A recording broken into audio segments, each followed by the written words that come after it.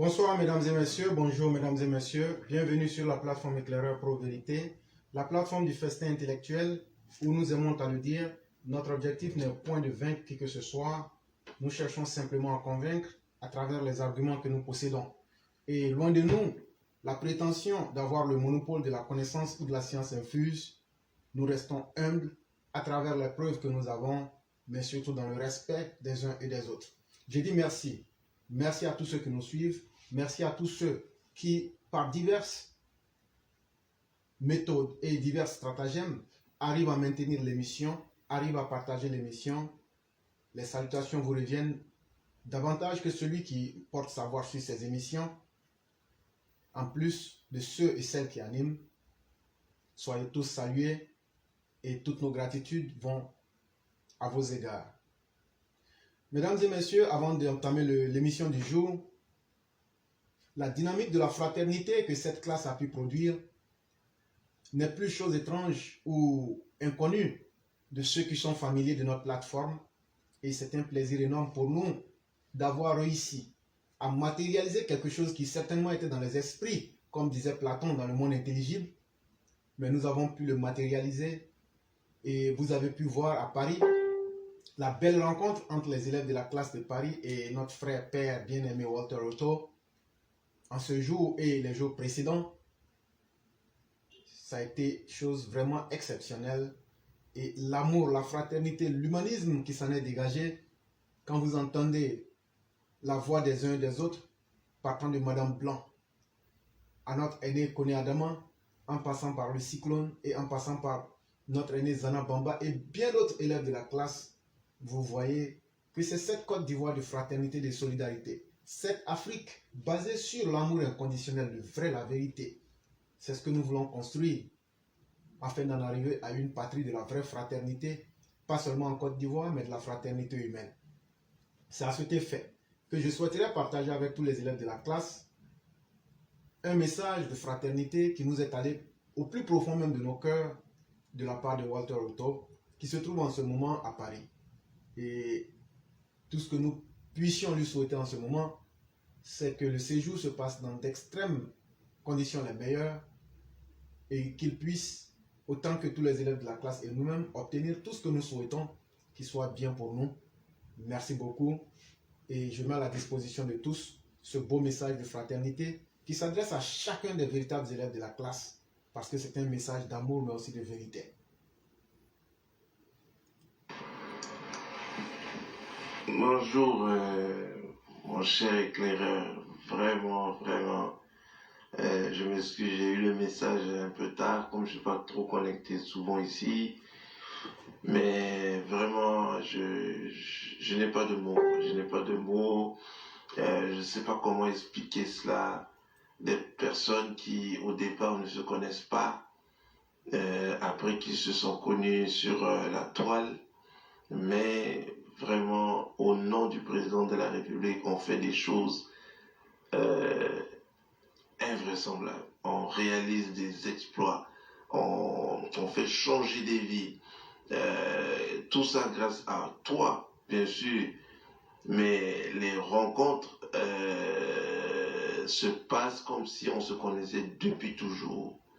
Vraiment, je suis le plus heureux. J'ai vu le Cyclone en chair et en os. L'aîné Koné Adama, mais d'une gentillesse, tout ce monde-là, Maman Blanc, que je verrai aujourd'hui, et probablement avec d'autres de la classe, Mouna Kanté, probablement. Non, mais je suis sans voix. Je suis sans voix. Le séjour se passe pour le moment bien, et qui se tire à sa fin pour dimanche. Donc, merci pour les prières, mais vraiment, c'est moi qui les retourne à toi. Que Dieu fasse au-delà de tout ce que tu as espéré, en faisant ce que tu fais, en réunissant autant de monde, en faisant autant de bien, en tout simplement faire bénéficier l'humanité autour de toi, de ta connaissance immense. de ton savoir-faire. Vraiment, frère, sois béni. Toi, ta famille et tout le monde autour de toi. Que chacun que tu rencontres puisse garder un bout de toi. Parce que chaque petit bout de toi est très, très, très, très, très riche. Et qui sait l'exploiter, je pense, ne verra plus le noir. Sera toujours éclairé. Franchement, je sais plus quoi. Pour le cyclone, j'ai déjà pris le contact de son médecin. J'espère qu'il va même me le présenter, mais bon, le temps est en cours. Le voir déjà, le cyclone, c'est déjà assez. Mais c'est tout un personnage en lui-même. C'est tout un personnage. C'est pas possible. C'est pas possible. C'était quelque chose un peu fou, mais je l'ai fait quand même parce que je voulais voir le cyclone. Mais vraiment, ça s'est super bien passé. L'aîné, Kone Adama, présenter ses enfants. Non, mais c'est indescriptible. C'est indescriptible. J'ai juste manqué d'occasion pour dîner avec Madame Blanc et Papa Blanc. Mais ce n'est que partie remise. Paris étant loin, mais tout proche quand même du Canada, on remettra ça. Mais ce soir, je les retrouve tous. Donc, on va en profiter au maximum. On vous fera parvenir les photos pour la classe. Mais vraiment, vraiment, merci encore, merci. Soyez bénis, mais richement. Que la grâce de Dieu soit toujours sur vous, sur votre famille et sur tout ce que vous faites. Et définitivement sur le président de la République. Parce que comme je dis, en son nom, on a fait beaucoup de choses. Et des choses bien. Quand des gens comme nous, qui nous connaissions ni d'Adam ni de Ève, et se rencontrent, et avec une telle complicité, vraiment, je bénis le président de la République, parce que si ce n'est pas lui, on ne serait pas là. Donc, que Dieu bénisse le président, et que tout ce qu'il a à faire pour la Côte d'Ivoire soit béni. Vraiment, merci. Merci et bonne journée. Merci à Walter Otto pour ce message de fraternité, qui est une exhortation même à aller dans le sens du bien. Merci aussi à chacun et à chacune des élèves de la classe. Merci surtout au président de la République, qui est aujourd'hui l'argument le plus efficace qui nous permet d'arriver à toutes ces actions que nous arrivons à poser. Et chers tous, souvenez-vous d'une seule chose, la véritable valeur d'un individu ne réside que dans le bien qu'il peut faire. Parce que nul n'est éternel, les gens ne se souviendront pas de ce que vous aviez été ou de ce que vous avez possédé, mais chacun dans son âme et à l'intérieur de lui-même se souviendra du peu d'amour qu'on a pu donner autour, du peu de bien qu'on a pu faire, des belles paroles qu'on a pu dire aux autres, des petites actions, certes, mais très importantes, qui soient gravées à l'intérieur de chacun. C'est ça, ce que vous êtes, ce que chacun de nous est en réalité, quand on a compris le sens véritable de l'existence humaine. Affaire des 49 soldats ivoiriens, les dessous du mystérieux contrat de SAS à Bamako. C'est un article qui a été publié hier à 18 h par Jeune Afrique. Et donc, je me ferai fort de lire cet article et d'expliquer un peu pourquoi il faut le faire. Parce que ça va lever des points de doute. La société SAS, là, comment ils sont rentrés en contact avec les Ivoiriens? Qu'est-ce qui s'est passé pour que les Ivoiriens se retrouvent dans ce contrat-là? C'est de ça qu'on va parler aujourd'hui. Et donc, vous allez me permettre de le faire en français très trivial. Et on va casser le niveau du discours pour que plusieurs personnes puissent comprendre. Les militaires interpellés le jeudi 10 juillet 2022 à l'aéroport Seynou de Bamako sont toujours détenus, malgré les tentatives de médiation. Retour sur le partenariat qui a motivé leur présence sur la base allemande de la MINUSMA. Et donc, on va vous expliquer les soldats que Bamako, la junte de djihadistes traites de mercenaires, comment ils sont arrivés au Mali en travaillant avec ou bien dans la base allemande de la MINUSMA. La MINUSMA, c'est comme l'ONUCI. L'ONUCI, là, c'est les gens de l'ONU, là, qui étaient en Côte d'Ivoire, là. La même chose, l'ONUCI de Côte d'Ivoire, là. Pour Mali, là, on appelle ça MINUSMA. Les nos gens qu'ils ont attrapés, là, Comment ils ont fait pour arriver là-bas? C'est ça, on va vous expliquer. Qui les a envoyés là-bas? C'est ça, on va vous expliquer. Le gouvernement, on sait que c'est lui, mais on va rentrer dans les détails aujourd'hui pour donner Boissou. Le général Yao Adjoumani, attaché de l'ambassade de Côte d'Ivoire aux États-Unis, est approché par son homologue allemand pour établir une coopération entre leurs deux pays dans le cadre de la mission des Nations Unies au Mali. On dit, pour commencer d'abord là, l'affaire que je vous explique là, son commencement même son fond là. Un jour, il y a un général ivoirien qui est attaché militaire à l'ambassade de la Côte d'Ivoire aux États-Unis. Il était là comme ça. Et puis, il y a un autre attaché militaire allemand qui est aussi aux États-Unis.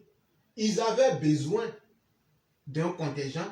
Donc, cet attaché militaire allemand a contacté le général Yao Adjoumani. Et pourquoi il a contacté? C'était pour trouver une troupe des gens, des militaires, pour pouvoir aider le contingent de la mission des Nations Unies au Mali qu'on appelle MINUSMA. Donc, premier point, il n'y a rien qui s'est fait en cachette. Contrairement à ce que beaucoup disent, moi je vais le dire clairement dans ma bouche aujourd'hui.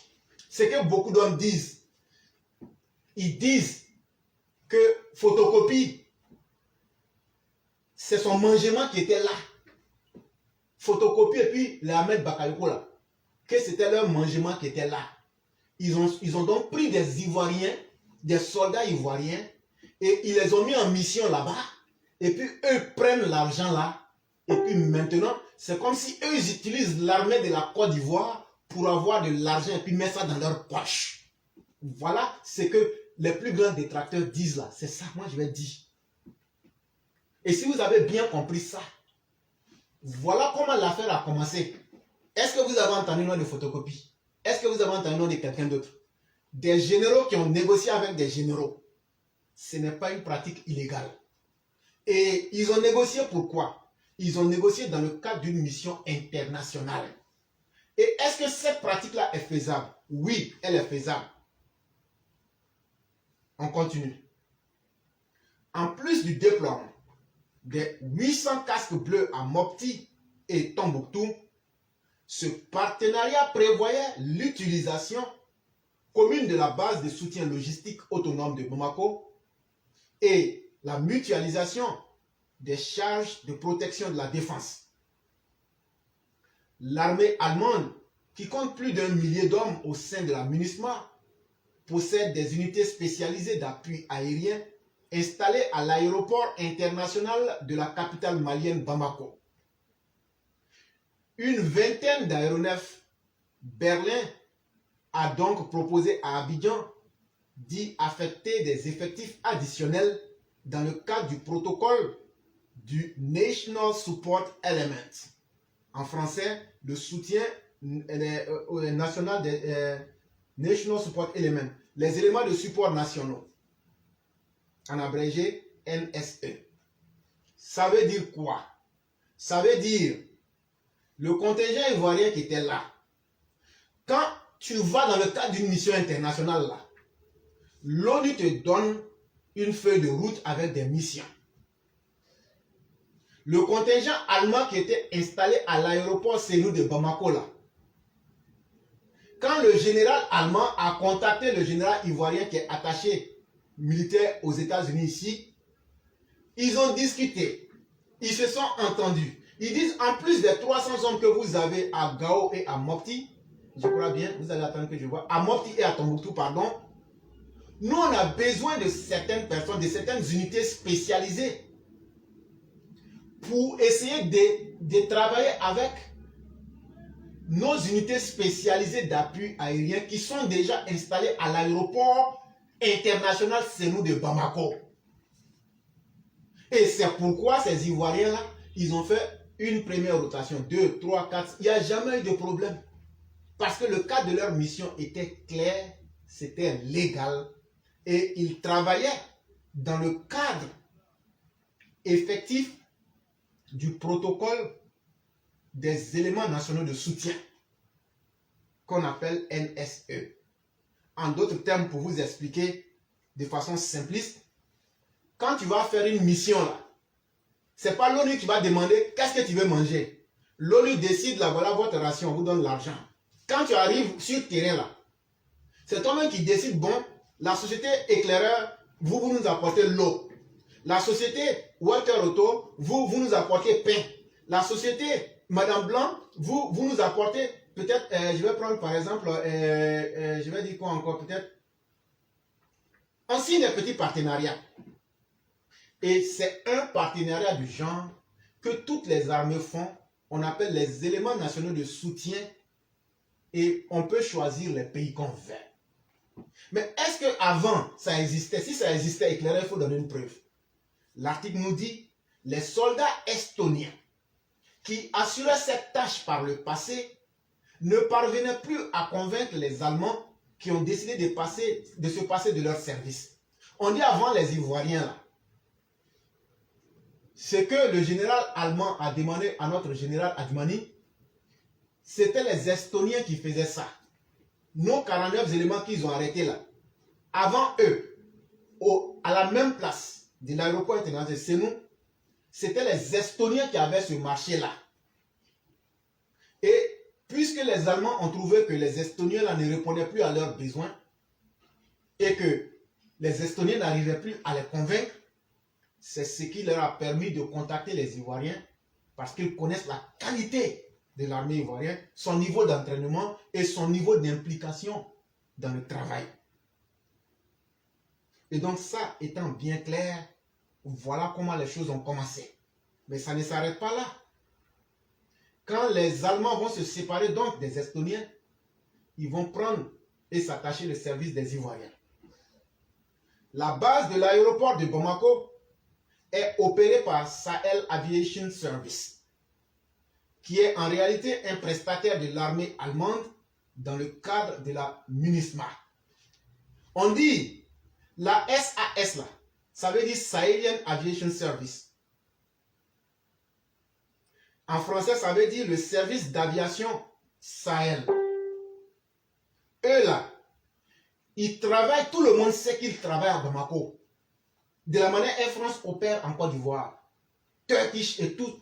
Eux là, tout le monde sait à Bamako que c'est une compagnie qui travaillait à Bamako là-bas. Mais en réalité, la société SAS là, eux ils travaillaient, ils étaient un prestataire de l'armée allemande dans le cadre de la MINUSMA. Comme je vous ai dit, quand tu arrives là, c'est toi-même qui décides ceux avec qui tu veux travailler. Quand ils sont arrivés, parmi les compagnies qui opèrent à Bamako, à l'aéroport Senou, les Allemands disent, bon nous là, la société de compagnie d'avions avec qui on veut travailler là, on va prendre SAS, Sahel Aviation Service. Ça n'a pas posé de problème. C'est pourquoi c'est dans cet avion-là donc que les contingents ivoiriens se déplaçaient. Et non seulement ça, ça n'a jamais posé de problème que ce service-là soit offert aux Allemands. Mais pourquoi vous ne posez pas de problème aux Allemands? Mais c'est les Ivoiriens qui travaillent pour les Allemands, c'est à eux que vous posez problème. En réalité, la question était simple. Ce que la junte veut, non seulement la junte de djihadistes de Koulouba, ils veulent prendre ce marché qui est juteux pour eux parce que ça les fait mal de voir les Ivoiriens gagner de l'argent. Alors que vous avez plus de 5 millions de Maliens chez nous qui gagnent des milliards. Mais on ne s'est jamais plaint. Mais parce qu'une compagnie ivoirienne, une compagnie allemande a donné un marché à des Ivoiriens, ça vous fait mal.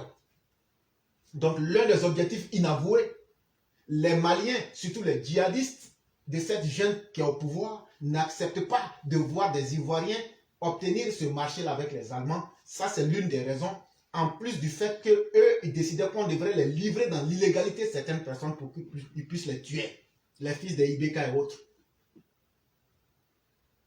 On continue. Elle est consacrée au soutien logistique et à l'appui des contingents belges, norvégiens, néerlandais, belges, suédois et danois. Une trentaine de soldats allemands y vivent en permanence. SAS possède en outre une vingtaine d'aéronefs.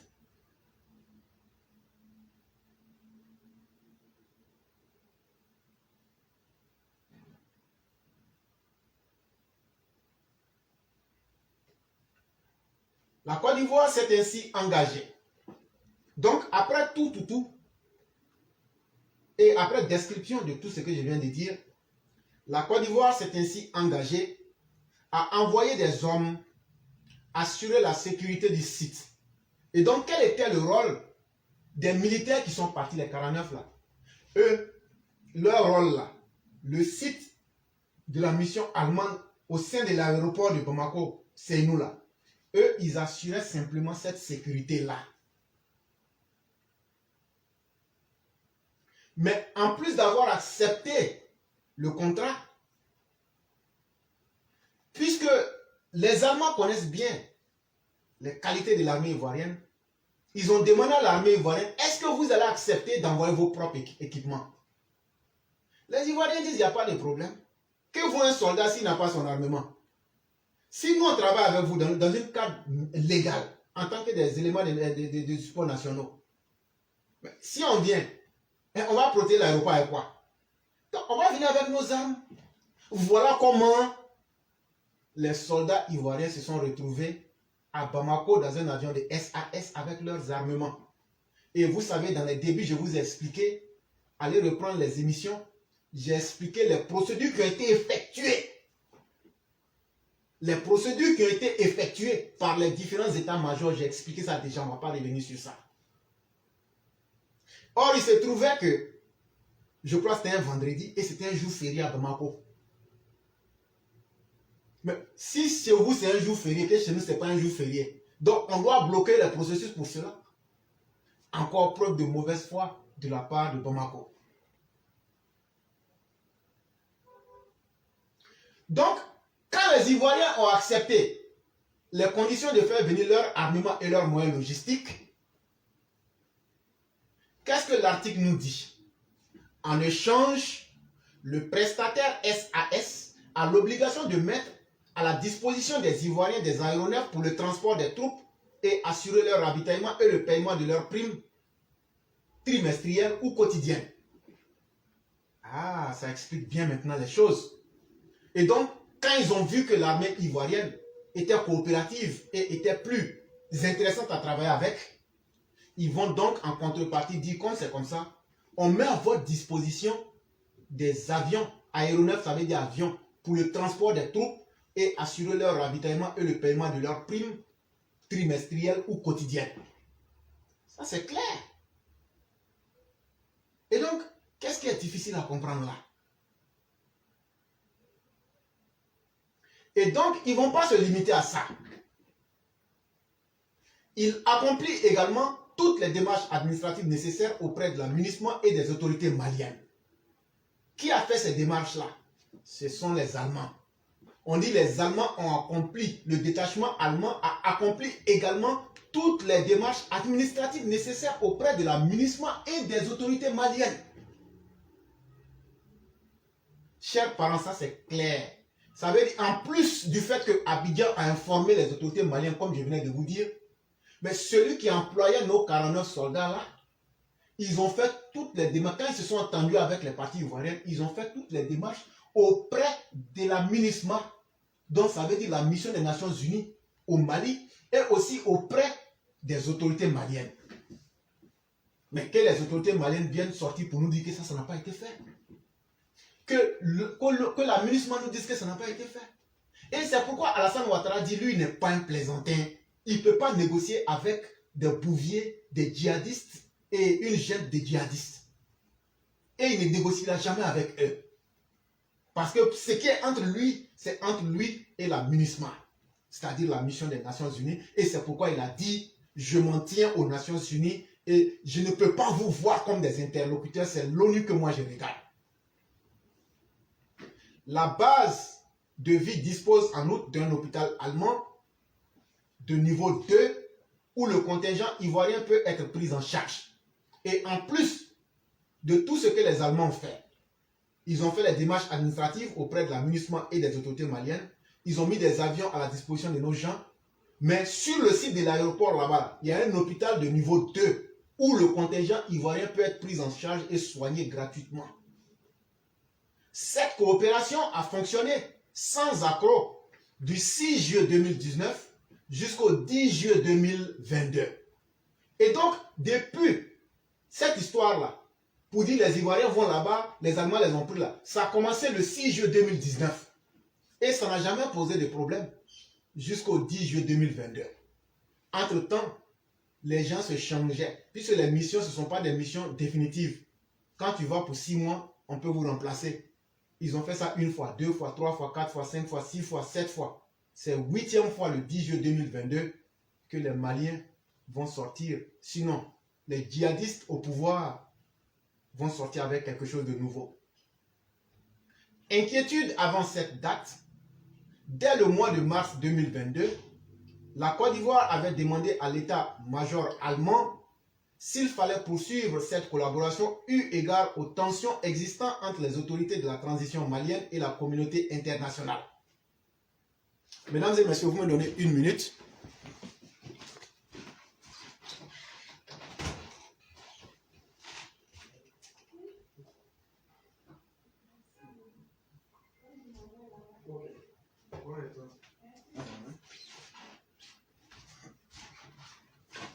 Et donc, mesdames et messieurs, on continue toujours. Et comme les autorités ivoiriennes ne sont pas nées de la dernière pluie, je vous ai dit que ces opérations ont commencé depuis 2019. Mais les autorités ivoiriennes, à partir du mois de mars 2022, quand elles ont constaté des bras de fer entre les djihadistes au pouvoir au Mali et la communauté internationale, et surtout la mauvaise presse que ces djihadistes au pouvoir de Bamako voulaient mettre sur le dos de Alassane Ouattara, on dit l'état-major ivoirien a appelé l'état-major allemand. Ça veut dire le général des armées de Côte d'Ivoire. Quand on dit l'état-major, ça veut dire tous les grands, la chaîne de commandement. Là. Ils sont rentrés en contact avec l'état-major allemand, la chaîne de commandement allemande. Ils leur ont dit, écoutez, avec tout ce qui est en train de se faire, le bras de fer des djihadistes au pouvoir au Mali, avec la communauté internationale, nous, on ne voudrait pas que quelque chose arrive. Est-ce qu'on doit poursuivre cette collaboration-là? Parce qu'il y a de fortes tensions qui existent entre les autorités maliennes, ces djihadistes au pouvoir, et la communauté internationale. Ce ne sont pas les Allemands qui ont demandé ça aux Ivoiriens. Ce sont les Ivoiriens qui ont demandé aux Allemands. Ah, si c'est comme ça, là, est-ce que c'est pas mieux que nous, on se retire? Qu'est-ce que les Allemands ont répondu? Je vais mettre ce texte-là après. Hein? Voilà, donc ne dites pas qu'il a dit, je n'ai rien inventé, je vais le mettre après. Et qu'est-ce que les Allemands ont dit? C'est le texte qui nous le dit. Mais la partie allemande s'était voulue rassurante et avait dissipé toutes les inquiétudes. Non seulement, le 6 juillet, le ministère de la Défense ivoirien s'est de nouveau dit préoccupé et a exprimé ses réticences à l'idée d'une nouvelle rotation. Comme je le dis, quand les Ivoiriens interrogent la chaîne de commandement allemand, ils disent non, soyez rassurés. Ils ont mis les Ivoiriens en confiance et ils leur ont dit n'ayez point de crainte. La mission peut continuer. Et encore, le 6 juillet 2022, la première fois que les Ivoiriens ont manifesté leurs inquiétudes, c'était en mars 2022. 4 mois après, c'est-à-dire le 6 juillet 2022, ça maintenant, ce n'est plus l'état-major des armées ivoiriennes, mais c'est le ministère de la Défense ivoirienne qui rentre en contact avec les Allemands pour leur signifier que, compte tenu des tensions qui sont à Bamako, là, est-ce que ça vaut la peine de continuer? Les Allemands leur disent, continuez votre travail. Et pour que les Ivoiriens puissent continuer leur travail, La MINUSMA a alors envoyé à Abidjan l'autorisation de survol et d'atterrissage obtenue auprès des Maliens. J'ai dit qu'on va disséquer ça petit morceau aujourd'hui. Donc, le 6 juillet 2022, là, ce ne sont même pas les Ivoiriens. Mais avant même que le vol n'ait lieu le 10, la MINUSMA a envoyé à Abidjan l'autorisation de survol et d'atterrissage obtenue auprès des Maliens. Ça veut dire, la jeune des djihadistes, la Assimi Goïta, ils ont donné l'autorisation à la MINUSMA que nos troupes, à travers la SAS, peuvent venir à Bamako, peuvent survoler l'espace et peuvent atterrir à Bamako. Et ce sont les autorités maliennes qui ont remis ce document-là, le 6 juillet 2022. Et donc, puisque les documents et toutes les accréditations ont été obtenus, la relève a donc été effectuée. Le 10 juillet, les 49 militaires ivoiriens étaient arrêtés. Et donc, si ce n'était pas un guet-apens, mais c'est que l'armée malienne dit, demandez aux Allemands, s'ils n'ont pas transmis l'autorisation de vol et d'atterrissage qu'ils ont obtenu avec les autorités maliennes. Et ils n'ont pas survolé avant. Mais c'est après le 6, c'est le 10 qu'ils vont partir, c'est ce même 10-là qu'on va les arrêter. Et donc, preuve de mauvaise foi de la part des djihadistes qui sont au pouvoir à Bamako. Mesdames et messieurs, cet article n'était pas de moi. C'est Jeune Afrique qui l'a fait sortir hier à 18h03. Dès qu'on finit là, je vais poster. Peut-être que le français que j'ai parlé là, j'ai tronqué des choses dedans. J'ai menti. Je vais mettre le texte pour que tout le monde puisse lire et puis recomprendre. C'est très important. Mesdames et messieurs, c'était tout pour aujourd'hui. Je vous dis infiniment merci.